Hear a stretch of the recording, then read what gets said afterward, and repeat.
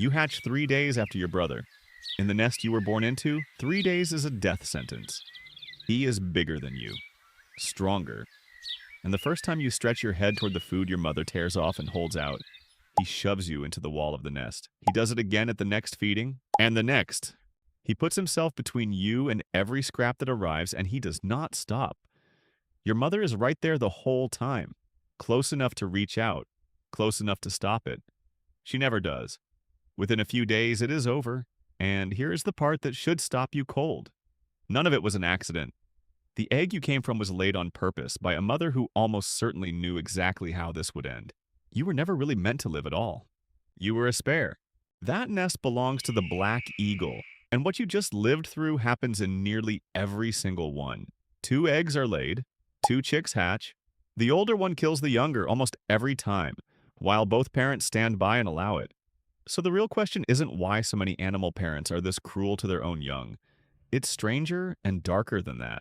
Why did nature make the cruelty the smart thing to do?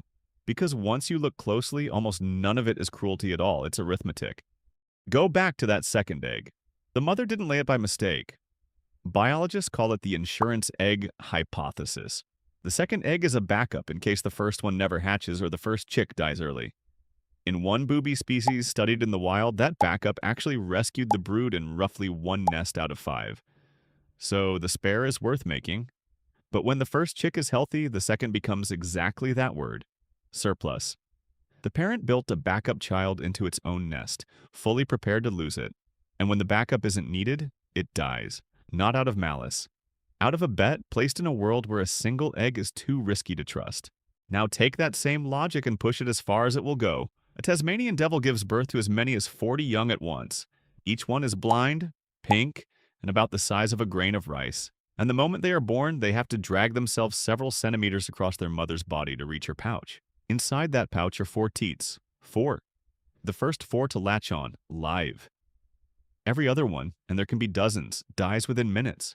The mother doesn't pick who survives. She doesn't fight it, and she doesn't grieve it. She simply builds a race and lets it run. Overproduce, then let scarcity do the sorting. To us, it looks like a horror. To evolution, it's a filter. And sometimes the parent doesn't just allow the death, it does the killing itself. Burying beetles raise their young on the body of a dead animal, a mouse, a small bird. They lay their eggs beside it, and when the larvae hatch, they're fed from the carcass. But the parents routinely lay more eggs than one small body could ever support. So once the larvae arrive, the parents cull them. They eat some of their own offspring, trimming the family down until it matches the food. It looks like savagery. It's closer to accounting. Mouths balanced against meat. Now, before we decide this is all cold machinery with nothing behind the eyes, look closer, because that isn't right either. These same parents protect their young. They feed them, warm them, defend them at real risk to themselves. The burying beetle that culls half its brood spends the rest of its strength carefully feeding the ones it keeps. It isn't that these animals don't care. It's that care in a world of scarcity comes with a budget. And when the budget runs out, something has to give. That is the thread running through all of it. The spare eaglet, the 36 devils who never reach a teat, the culled larvae.